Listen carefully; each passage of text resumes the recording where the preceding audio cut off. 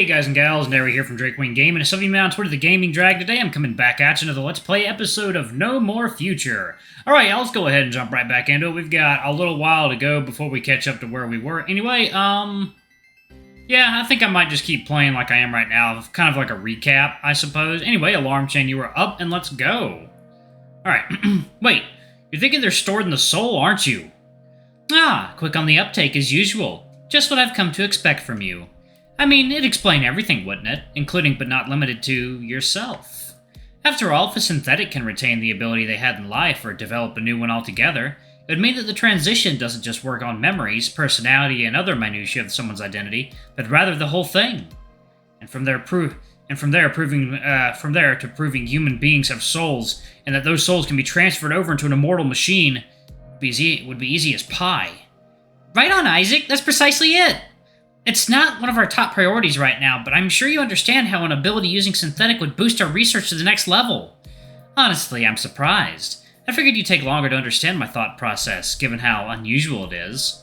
The consequences of spending so much time around someone as nutty as you, I guess. Although, knowing it's insane doesn't exactly make it any less... insane. Trying to connect the shift, abilities, and even your very soul to some metaphysical realm beyond your understanding is something you expected your religious relatives to do. Certainly not a supposed woman of science like Mary. Not that you haven't come to expect these sorts of forays from Mary, far from it. Of all the nonsensical things she's striving to prove, this might not even be the craziest. So I take it you haven't had much luck in finding one so far? You asked the two women before you, whose expressions immediately soured the question. Not in the least, from what I've heard. Even those who developed abilities before their transition have yet to recover them, which probably doesn't do wonders for their morale, if I had to guess.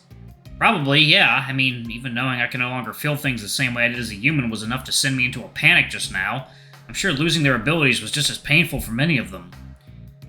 Hey, we don't know if they lost them yet. Until proven otherwise, their abilities might just be asleep or something. After all, adapting to a new synthetic body and learning how to use it takes time. For some, plenty of time. I expect relearning how to use abilities will take even longer than that, for the average android. And besides, we're in no rush. We'll figure all this stuff out in due time. We do have eternity to play with in the end. That's true indeed. You always forget that your life doesn't have an expiration date anymore. Things that are unclear now might not stay that way forever. The march of science is an endless one, and you'll have the opportunity to witness it from beginning to end firsthand. You're not sure whether the prospect of that makes you excited or afraid. Well, that's a wrap for now. Man, I'm exhausted. The cat plays her arms upright as though she just woke up, a pleased smile on her face. Honestly, between now and that tour earlier, it kind of feels like I've been talking for 2 days already. Hey, I'm the one who did most of the talking toward the end. Besides, our whole conversation together was barely half an hour. And the tour before that was less than an hour long. Oh, come on. That's still pretty long, you know. Human throats weren't designed for protracted use like that. Just look at Jasper. He talks so long so often that his voice has become that of a Saturday morning cartoon villain.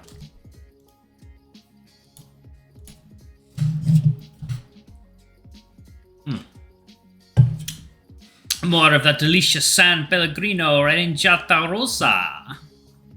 You do recall the Drake's voice sounding rather dry the last few times you met him. Likely something to do with his role as Pandora CEO, you reason. Nonetheless, it's clear that Mary is done with this topic for the time being. A little disappointing, truthfully. You hope she could answer a few more lingering questions of yours, but... I take it you need a break? And a pretty long one, too. Maybe we could continue this conversation at a lunch table somewhere, after a bottle of water or two. Oh, we're going out for lunch? I'm so down for that. I'm practically starving here. Well, Natalie's excited at least, and to be fair, so are you. You've been building up quite the appetite ever since this morning, or so you'd like to imagine anyway. Now sounds like the perfect time to have a lunch break. I don't mind having some lunch together, if you'll have me, that is. Of course! I've been looking forward to sharing a meal together since I first met you the other day, and by the looks of things, so has Mary. Feline turns the other way to avoid meeting your gaze, an embarrassed smirk on her face. Come on now, let's not get too excited. We still need to decide the restaurant we're going to. The restaurant, huh? Can't say I know many around these parts. Well, you're not going to be starved for choices, at least. New Relais chock full of restaurants, with cuisines spanning the world over. The French place is always a great choice, but I'm personally feeling very Thai today. Then again, there was an Ethiopian eatery that just opened the other day. So many choices indeed. half of which you never got the chance to try back when you were alive. How are you meant to choose, you wonder? The moment you settle on one cuisine, it's as though you're forsaking all the others. Or maybe you're just being overly dramatic again, as usual. What if we just went and grabbed a pizza instead? Pizza? Oh, that's right. Yeah, we were talking about it the other day, weren't we? About grabbing a pizza together one of these days. We were! I'm so glad you remember! I've been looking forward to this since the Thursday evening, which wasn't that long ago, but still. Can't believe I actually get to go out to lunch with you, Isaac. My mom always told me that you can learn so much from someone just by watching how they eat. I really hope you're not going to spend all your time staring at me while your pizza gets cold. She's probably just messing around, you reason. Even so, you would have probably been fine even without that mental image in your head. Mary, on the other hand, finds Natalie's remark and your response very much hilarious. Goodness, you two really are children sometimes. Not like I'm complaining. I always did have a soft spot for kids. Sounds about right for a 64-year-old hag. Nothing else, at least she seems fine with your choice of location. But just to be safe, you ask again.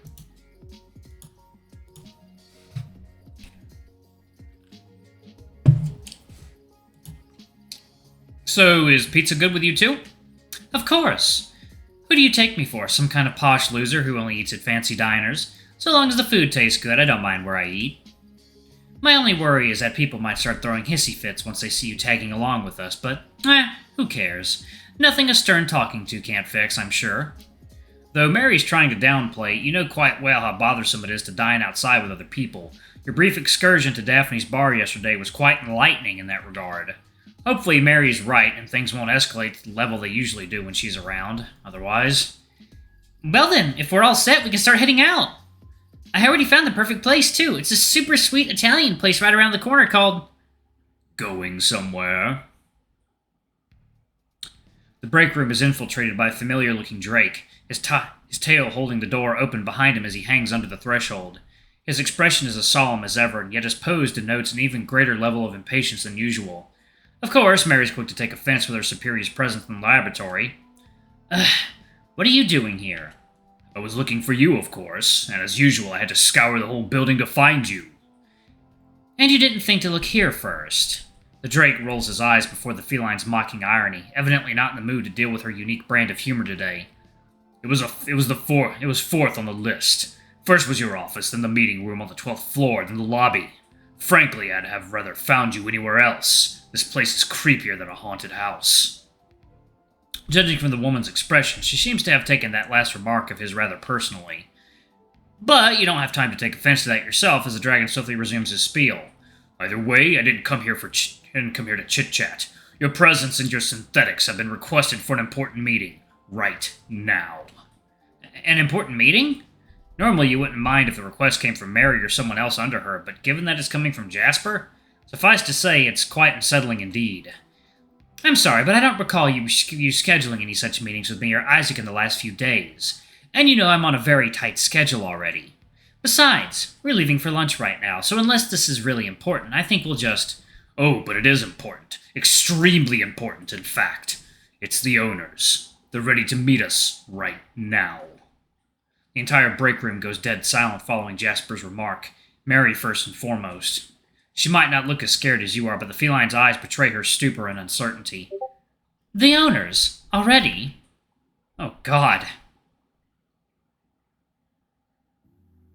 You board the elevator alongside Barry and Jasper, leaving Natalie behind the laboratory. Though she tries to follow along at first, mostly out of politeness, Jasper's insistence on this being a private meeting is enough to quickly dissuade her. She shares with you an encouraging smile and a friendly wave, a last courtesy before your departure.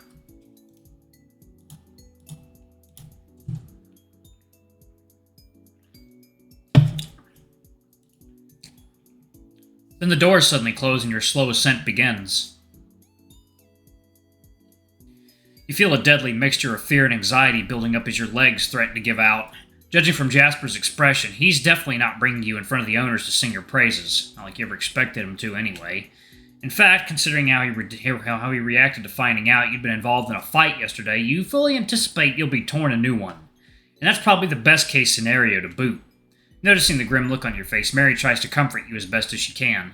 Don't worry, Isaac. You're going to be fine. We're just going to have a brief talk with the owners, and then you're free to go. Easy as that. The Drake scoffs at the researcher's remarks, which you assume is his way of showing disagreement. Are you sure about that? Of course I am. I'm always sure. Still, I can't say I blame you for being worried. It's only natural, really. But as long as you stay calm, quiet, and by my side, you'll come out of this just fine. You want me to be quiet? What if they ask me? What if they ask something of me? Then you reply as briefly and politely as you can. But even then, I'd recommend letting me do most of the talking. I have more experience dealing with them than you do, after all, so trust me, and everything will be alright. As much as you'd like to do just that, you can't bring yourself to fully commit to your friend's optimism. You have absolutely no idea what sort of people these owners are. You're clueless as to what sort of attitude they hold toward synthetics and toward you. But with them being at the head of Pandora, they most certainly have enough power to impact Mary's entire project. Jasper at least seems to think so. Enough power to figuratively and literally pull the plug on you. There you go again. Stop looking so glum. I said you're going to be fine. You have nothing to fear from this meeting, I promise. The Drake gets awfully close to laughing once again, finally inviting the ire of the scientist. But at least someone here's having fun. Am I? I disagree. I was just thinking about what Bradbury said yesterday. I think he's right. You do make a lot of promises you can't keep. Jasper's words are like a cold poison, sending shivers down your spine as they slowly make their way into your head, casting doubts wherever they seep. Mary must have built up a resistance to them over time, however, as her reaction is much less submissive and a lot more ferocious. You can act as cocky as you want, it won't make you any less wrong. If you think your arguments will be enough to stop me, you're sorely mistaken. Had the owners been interested in getting rid of me, they would have done so long ago. So go ahead, make your funky little speech and see where that leads you. It's only our time you're wasting, after all. The Drake merely shakes his head at the scientist's comments, looking entirely unimpressed. And you have the gall to call me cocky. After everything you and your synthetic pulled, you'll be lucky if you still get to keep your job. Whereas that thing... He'll be lucky if he gets to come out of that room outside of a He'll be lucky if he gets to come out of that room outside of a dumpster, is what you imagine he'll say. And for once, you can't say you entirely disagree with that assessment.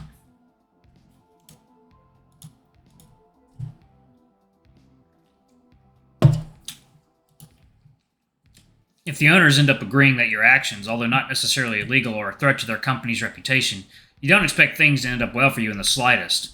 But just before the dragon can say that, Mary quiets him down once again.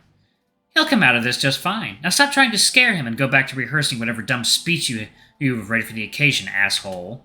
You can hear something crack as Jasper's fist tightens up like a vice, instilling even more fear in your metaphorical heart. Scratch that. When I'm done with you today, you won't even have a house left. Lucky that Mary didn't seem all that bothered by the Drake's venomous threats, given how utterly his tone of voice alone paralyzed you. You're not sure whether her open defiance in front of her fiery superior is born of courage, wisdom, or sheer foolishness, but at the very least she's managed to retain a clear head in spite of the pressure. As for you, it appears as though all you can do is rest your hopes with the unruly Catwoman, and pray that she somehow manages to get you out of the upcoming meeting unscathed. We've arrived. The elevator doors finally open after what felt like an eternity to a spacious, grandiose room you've never seen before. The Drake leaves first, followed by the scientist. And then finally, you. You enter a room unlike any other you've seen in this building before. Spacious doesn't even begin to describe its size, which seems to stretch from one end of the property to the other, with a roof so distant from your head that you could mistake it for the firmament itself. The room is rich in decor, filled to the brim with statues and monoliths ranging in color from the purest whites to the darkest of blacks, as well as numerous plants of strikingly similar colors. You're not sure whether the regal look of this place is supposed to command respect or fear. You step onto a stainless golden carpet, leading further into the room. Jasper and Mary are already a fair distance ahead of you, heading towards a large table on the other side, and you cautiously make haste to rejoin them. As you try to shorten the distance between the three of you, you give another glance to the spherical ceiling that encapsulates the whole room as though it were a snow globe.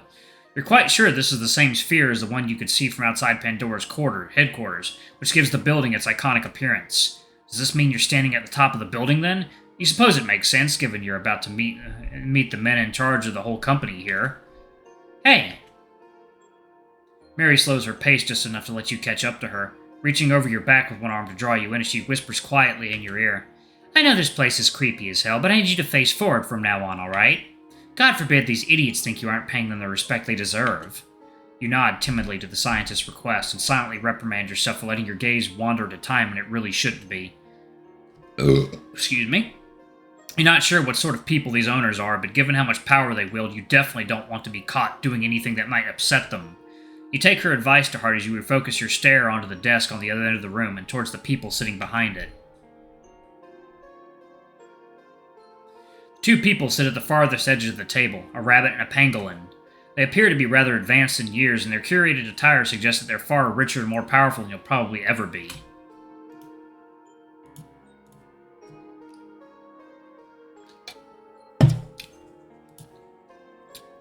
They give you a handful of silent stares as you advance towards them, but for the most part they largely ignore you, preferring to focus their attention towards the cat and the drake accompanying you. All in all, as off-putting as they seem, they don't strike you as particularly threatening, at least nowhere near as much as the other man sitting at that table right in the center.